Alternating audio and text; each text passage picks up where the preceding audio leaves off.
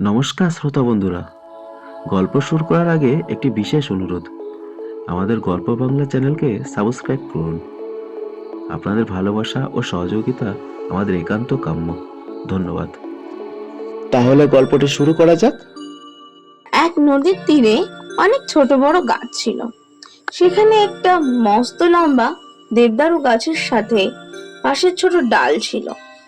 দেবদারু গাছের এই বিশাল আকারের জন্য দেবদারু গাছটি সবসময় খুব গর্ব অনুভব করত যে মাথা নত করা তার স্বভাব নয়।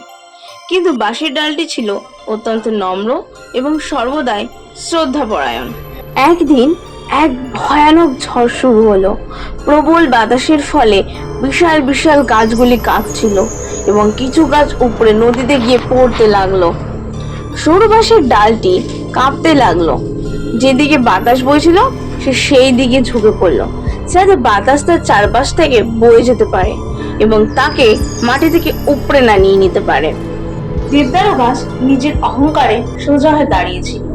বেঁকে যাওয়া তার সম্মানের পরিপন্থী বলে মনে হয়েছিল। ছোট গাছগুলির পড়ে যাওয়া দেখে তার খুবই আনন্দ হচ্ছিল। কিন্তু ঠিক সেই মুহূর্তেই বাতাসের প্রচন্ড একটা ঝাপটা আসে।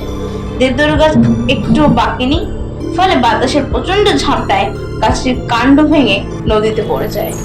দেবদারু গাছের ভাঙা কাণ্ডটি দেখতে পেলে যে বাঁশের ডালটি বাতাসের সঙ্গে তাল মিলিয়ে ঝুঁকে যাচ্ছে এবং নিরাপদে এখনো দাঁড়িয়ে আছে। আজকের গল্প থেকে আমরা জানতে পারলাম যে অহংকার ধ্বংসের দিকে নিয়ে যায়, তাই অহংকার করা উচিত নয়। গল্পটি আপনাদের কেমন লাগলো? যদি ভালো লাগে অবশ্যই লাইক এবং সাবস্ক্রাইব করে দেবেন, আর আপনাদের মূল্যবান মতামত কমেন্টে জানাবেন ও আমাদের পাশে থাকবেন।